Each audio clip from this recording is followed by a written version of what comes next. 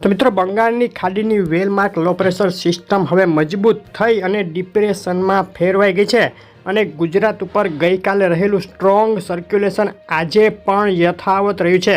ગઈકાલના strong સર્ક્યુલેશનને લઈ અને આગાહી મુજબ ભારે વરસાદ ગુજરાતમાં નોંધાયો છે। કુલ 24 કલાક દરમિયાન 103 તાલુકામાં વરસાદ નોંધાયો। 32 તાલુકામાં 2 થી 14 ઇંચ સુધી વરસાદ। પોરબંદર, દેવભૂમિ દ્વારકા, જૂનાગઢ, જામનગર, ગીર સોમનાથ જિલ્લામાં સૌથી વધુ વરસાદ નોંધાયો છે।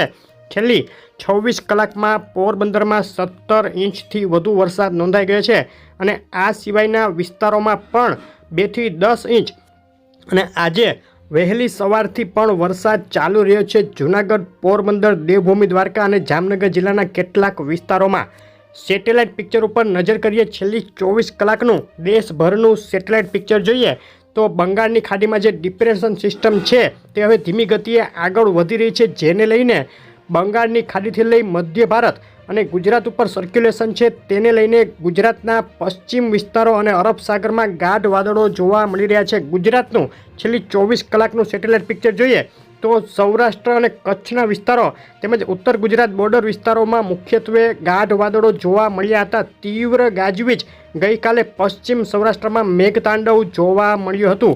આજની વાત કરતાં પહેલાં વિડીયો લાઇક કરી નવા મિત્રો ચેનલ સબસ્ક્રાઈબ કરવાનું, ફેસબુકના મિત્રો પેજ ફોલો કરવાનું ભૂલશો નહીં।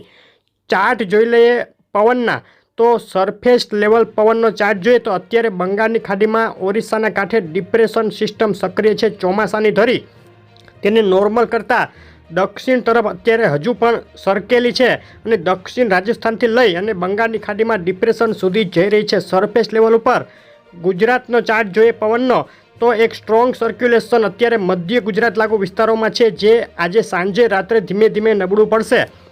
850 HPAનો પવનનો ચાર્જ જોઈએ તો બંગાળની ખાડીની ડિપ્રેશન સિસ્ટમનું સર્ક્યુલેશન 850 HPA ઉપર ખૂબ જ મજબૂત દેખાઈ રહ્યું છે। આગામી 24 કલાકમાં આ સર્ક્યુલેશન ધીમી ગતિએ ઉત્તર પશ્ચિમ દિશામાં આગળ વધી ઓરિસ્સા અને તેને લાગુ છત્તીસગઢના વિસ્તારો ઉપર આવશે। ગુજરાત ઉપર 850 HPA ઉપર પણ એક સર્ક્યુલન દેખાઈ રહ્યું છે। 700 HPA ઊંચાઈ ઉપર જોઈએ તો એક બહોળું સર્ક્યુલેશન બંગાળની ખાડીની સિસ્ટમથી લઈ અને સૌરાષ્ટ્રની દક્ષિણે અરબ સાગર સુધી રચાયેલું છે અને આગામી દિવસોમાં આ સર્ક્યુલેશન હજુ પણ સક્રિય રહેવાનું છે। જેમ બંગાળની ખાડીની સિસ્ટમ આગળ વધશે તેનો ટ્રફ ગુજરાત સુધી નજીક આવશે। આજે 19 જુલાઈને આવતીકાલે 20 જુલાઈની સવાર સુધીની વરસાદની આગાહીની વાત કરીએ તો દક્ષિણ ગુજરાતના કાંઠા વિસ્તારો, વલસાડ, નવસારી અને સુરત જિલ્લાના કાંઠા વિસ્તારોમાં હળવો મધ્યમ અને અમુક સ્થળે 2 થી 3 ઇંચ જેટલો ભારે વરસાદ નોંધાઈ શકે છે આવતી 24 કલાકમાં। દક્ષિણ ગુજરાતના આ સિવાયના વિસ્તારોમાં હળવો મધ્યમ વરસાદ 1 થી 2 ઇંચ અને ઘણા સ્થળોએ હળવા ભારે ઝાપટા નોંધાશે। મધ્ય પૂર્વ ગુજરાતમાં છૂટાછવાયા વિસ્તારોમાં હળવો મધ્યમ વરસાદ અને એકલ દોકલ સ્થળે 1 થી 2 ઇંચ સુધીનો વરસાદ નોંધાઈ શકે। ગાજવીજવાળા વિસ્તારોમાં વરસાદનું પ્રમાણ વધુ રહેશે। ઉત્તર ગુજરાતમાં બનાસકાંઠા, પાટણ, મહેસાણા, સાબરકાંઠા અને ગાંધીનગર સુધીના વિસ્તારોમાં છૂટાછવાયા વિસ્તારોમાં હળવો મધ્યમ વરસાદ અને ઘણા સ્થળોએ હળવા ભારે ઝાપટા નોંધાઈ શકે।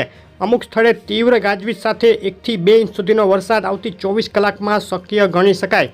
સૌરાષ્ટ્રમાં આજે પણ વરસાદ ચાલુ રહી શકે, પરંતુ જે ગઈકાલે અતિભારે વરસાદ હતો તેમાં થોડો ઘટાડો આજે સાંજ પછી આવી શકે। પશ્ચિમ સૌરાષ્ટ્રમાં દેવભૂમિ દ્વારકા જિલ્લો, જામનગર જિલ્લાના કચ્છ અખાત લાગુ વિસ્તારો, મોરબી જિલ્લો, કચ્છના કાંઠા વિસ્તારોમાં હજુ પણ ભારે વરસાદની શક્યતા આજે રાત સુધીમાં ગણી શકાય। દક્ષિણ સૌરાષ્ટ્ર, જૂનાગઢ જિલ્લો, પોરબંદર જિલ્લો, ગીર સોમનાથ, રાજકોટ જિલ્લાના કેટલાક વિસ્તારો અને અમરેલી, ભાવનગરના કાંઠા વિસ્તારોમાં મધ્યમથી ભારે વરસાદ હજુ આવતી 24 કલાકમાં કેટલાક સ્થળે નોંધાઈ શકે। સૌરાષ્ટ્રના આ સિવાયના વિસ્તારોમાં છૂટાછવાયા સ્થળે હળવા ભારે ઝાપટા અને હળવો મધ્યમ વરસાદ નોંધાઈ શકે છે। ટૂંકમાં આજે હજુ પણ વરસાદની શક્યતા ગણી શકાય। કેટલાક સ્થળે ભારે વરસાદ પડી શકે છે। આવતીકાલે પણ વરસાદ ગુજરાતમાં ચાલુ રહી શકે અને બંગાળની ખાડીની નવી સિસ્ટમની કેટલી અસર થશે તેના વિશેની ખાસ અપડેટ 1-2 દિવસમાં આપવામાં આવશે, તો જોવાનું ચૂકશો નહીં। વિડીયો લાઇક શેર કરી ચેનલ ખાસ સબસ્ક્રાઈબ કરી દેજો। આભાર।